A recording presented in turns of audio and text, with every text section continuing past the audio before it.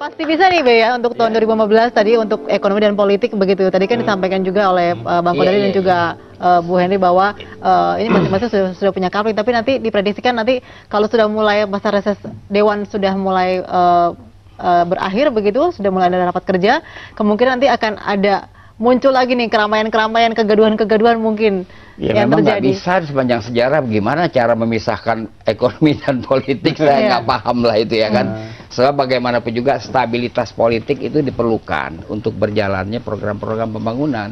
Jadi kalau sekarang misalnya keadaan partai digantung ya, kalau Golkar kan kembali kepada 09 yaitu Pak Abu Rizal kan. Pertanyaan apakah Pak Abu Rizal menyusun pengurusnya yang baru atau bagaimana? Mestinya juga P3 kembali kepada Surya Dharma Ali mestinya. Tapi kan Menteri Kehakiman membuat sikap yang lain sebelumnya kan. Nah ini kan membuat kegoncangan-kegoncangan terus. Jadi dengan demikian bagaimana bisa disusun satu program, kemudian juga tidak ada disiplin di kalangan pemerintahan dalam memberikan keterangan-keterangan tentang ekonomi. Misalnya Deputi Bank mengatakan kenaikan harga BBM itu menggerus pendapatan rakyat, kan begitu, ya kan. Kemudian juga beredar sekarang itu apa namanya mengenai gas, ya kan, LPG, dia naik. Ya kan, yang 12 kilo, yang 12 kilo itu kan saya kira bisa 155.000 ya dalam eceran. Itu pengaruhnya besar dan jangan lupa masalah upah buruh juga belum selesai. Betul. Ya kan. Dan buruh mengagendakan pada bulan Januari ini pembukaan nasional.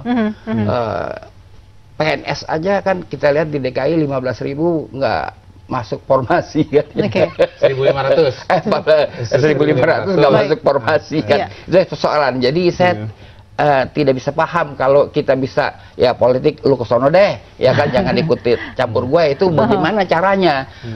Tidak mungkin itu terjadi. Tetap politik itu mempunyai peran yang besar. Oleh karena itu Pak Soeharto dulu politik dia ringkus kan gitu, ideologi dia cekek ya kan supaya ekonomi bisa bangun. Nah kalau sekarang ya kan fantasi yang dikibar-kibarkan, ibu kita bilang 5, berapa itu pertumbuhan ya kan. Ibu melawan Jokowi, Bu. Jokowi bilang 7%. Gimana ibu melawan Jokowi? Saya nggak paham. Kan maksud ibu mendukung Jokowi. Faktanya ibu melawan. Jadi itu bagaimana ya kan? Bisa dijelaskan itu kepada kita semua. Jadi tidak ada satu keterangan yang apa namanya yang bisa dijadikan pegangan, ya kan? Jadi semua sebetulnya tergantung dengan pemerintah akhirnya begitu kan? Ya, tadi kan disampaikan oleh juga DPR, misalnya DPR ini kan govern ini state kan, govern ini kan bukan hanya pemerintah, tapi juga DPR. Tapi so far selama reses ini saya nggak dengar apa-apa. Iya, karena masih reses. Begitu.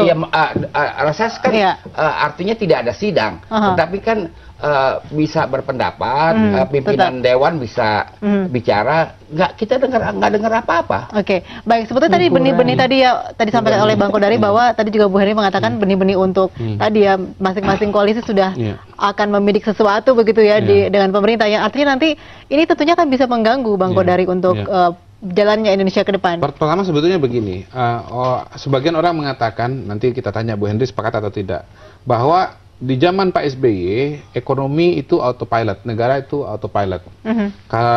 Pertumbuhan ekonomi Indonesia cukup baik, ya paling tidak kalau dibandingkan dengan misalnya negara-negara lain. Indonesia misalnya beberapa tahun yang lalu atau tahun lalu ketika Pak SBY masih presiden, disebut pertumbuhan ekonominya nomor 2 tertinggi di dunia setelah China. Tapi kan sebetulnya persoalannya kan bukan itu gitu. Bagaimana dengan adanya pemerintah supaya pertumbuhan ekonomi dan tingkat kesejahteraan itu menjadi meningkat secara lebih nyata kan begitu. Dirasakan oleh rakyat sebetulnya yang diinginkan seperti itu. Itulah yang disebut sebagai pemerintah itu hadir gitu. Bahwa pemerintah itu punya peran untuk membuat segala sesuatunya menjadi lebih baik gitu. Kalau misalnya disebut autopilot ya berarti pemerintah nggak ada. Cuman rakyat aja yang bekerja. Ekonomi bekerja dengan sendirinya dengan tangan-tangan yang invisible hand-nya dan seterusnya. Nah, ya sebetulnya pemerintah itu kan ketika dia menjalankan program-program pemerintahan, dia pada posisi untuk ya membuat skema besar sebetulnya ya. Pertama skema besar, di mana para pelaku ekonomi itu kemudian bermain, gitu ya. Pelaku ekonomi itu bermain dan mendapatkan ruang yang apa istilahnya? Mungkin Bu Henry nanti bisa jelaskan. Ruang yang seoptimal mungkin lah untuk bisa apa namanya membuat pertumbuhan ekonomi sekaligus meningkatkan kesejahteraan masyarakat, gitu. Nah, skema itu yang sebetulnya coba dibuat kalau menurut saya. Misalnya dengan adanya konsep negara maritim, terus kemudian kembali ke desa, reorientasi kepada pertanian, begitu. Hal-hal yang apa? Secara konsep saya kira banyak pihak setuju. Banyak yang sudah mengingatkan Indonesia ini ya mayoritas wilayahnya kan maritim. Kenapa selama ini kita orientasinya kepada darat begitu?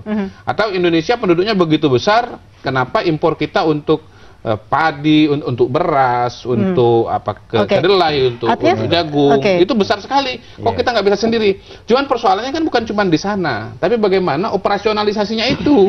Operasionalisasinya itu kemudian bisa nggak misalnya meyakinkan pelaku pasar, bisa nggak meyakinkan DPR begitu. Kalau meyakinkan pelaku pasar mungkin debatnya hanya cukup sebatas debat ekonomi. Mungkin kalau udah diterima bisa, tapi kalau DPR kan bukan cuma sekedar debat teori ekonomi, tapi juga ada soal kepentingan di situ. Nah, disitulah Pak Jokowi dan timnya itu harus mampu istilahnya merangkul dan melakukan konsolidasi kekuasaan. Itu yang memang menurut saya belum teruji sekarang ini. Kenapa? Dari semenjak dilantik sampai sekarang kan belum ketemu gitu loh. Belum ketemu. Tadi selain tadi mengandalkan kemampuan para menteri untuk meyakinkan anggota dewan begitu Bu Henry, apakah juga nanti ada hal-hal lain yang bisa mungkin membuat tadi rakyat merasakan begitu ya adanya pertumbuhan ekonomi ya, tadi disebutkan 5% sekian oleh Bu Henry, itu juga dirasakan langsung oleh masyarakat. Itu mungkin yang paling ditunggu oleh masyarakat saat ini. Jadi mungkin tadi saya menyambung apa yang disampaikan oleh Mas Kudori ya. Jadi pada saat Pak SBY mungkin kondisi ekonomi kita berbeda dengan sekarang ya. Waktu itu misalnya harga komoditas primer ya, bahan-bahan mentah di pasar global itu masih tinggi. Sehingga ekspor kita yang 65% itu adalah karet, kemudian CPO dan sebagainya, ini tambang dan sebagainya menguntungkan pertumbuhan ekonomi. Sementara sekarang ini harga sedang turun. Ya. Kemudian yang kedua, pada saat itu mulai 2008 Amerika melakukan quantitative easing. Jadi banyak sekali dana-dana global yang kemudian masuk ke Indonesia, sehingga kemudian di pasar keuangan juga cukup bagus dan sebagainya. Sekarang ini pas pemerintah Amerika kemudian menarik diri sehingga suku bunganya naik, sehingga nilai tukar rupiah juga ekonomi Amerika juga meningkat. Ini saya cut dulu, jadi Bu, memang ya. ini saya baru dengar dari Ibu bahwa Amerika faktor penting, biasanya Cina yang diomongin. Cina hebat, kok sekarang jadi Amerika? Bagaimana Ibu menjelaskan kepada saya yang awam? Jadi kita kan memang kalau kita melihat negara mana sih yang berpengaruh terhadap Indonesia, ini kan ada kategori ya. Kalau kita melihat dari sisi perdagangan, ya perdagangan itu memang 5 negara. Nomor 1 kalau tidak Amerika ya mesti Cina gitu. Nah, tetapi kalau dari sisi pengaruh itu kan tidak hanya perdagangan, tetapi juga finansial. Nah, kebetulan kalau untuk finansial memang Amerika itu begitu dia akan Cina bail out utang Rusia loh. Betul. Nah, jadi kalau kita bicara itu kan pengaruhnya pasti dari sektor keuangan ya. Nah, begitu Amerika sekarang membaik ekonominya, pengangguran turun, kemudian industri juga bergerak lagi, otomatis mereka kemudian akan memperbaiki diri dan suku bunganya akan diperbaiki dan itu akan berpengaruh kepada kita. Nah, itu yang berpengaruh kepada kita ini karena dari sisi sektor finansial kita sangat terbuka. Itu yang mungkin menjadi pengaruh besar bagi kita. Tapi apapun ya menurut saya 2015 ini kan memang ada tantangan besar dari global, dari eksternal.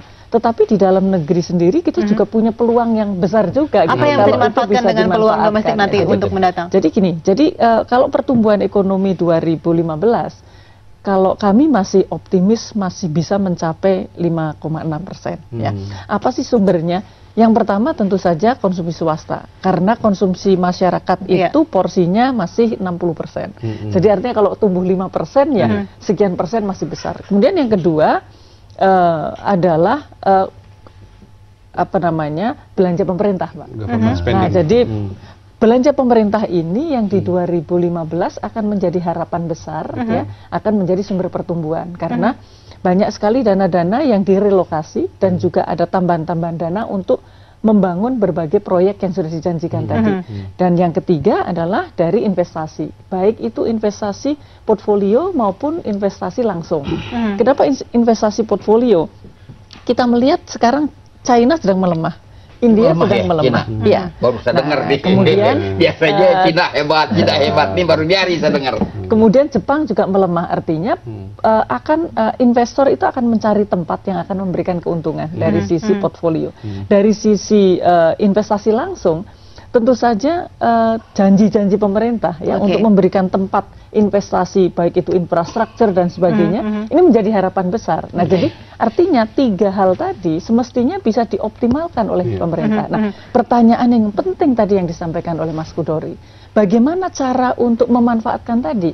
Karena bisa saja kita kemudian mendorong investasi, tetapi ternyata bukan investasi pada sektor-sektor yang padat karya, sehingga pertumbuhan ekonomi yang tercipta itu yang lebih inklusif gitu, yang bisa dirasakan. Padahal ini yang dijanjikan oleh Presiden Jokowi. Pemerintah kan selalu mendungan begini. Kita punya 200 triliun loh, gara-gara apa namanya penghematan BBM ini. Nah, 2 triliun itu mau dialokasikan di mana? Itu pertanyaannya.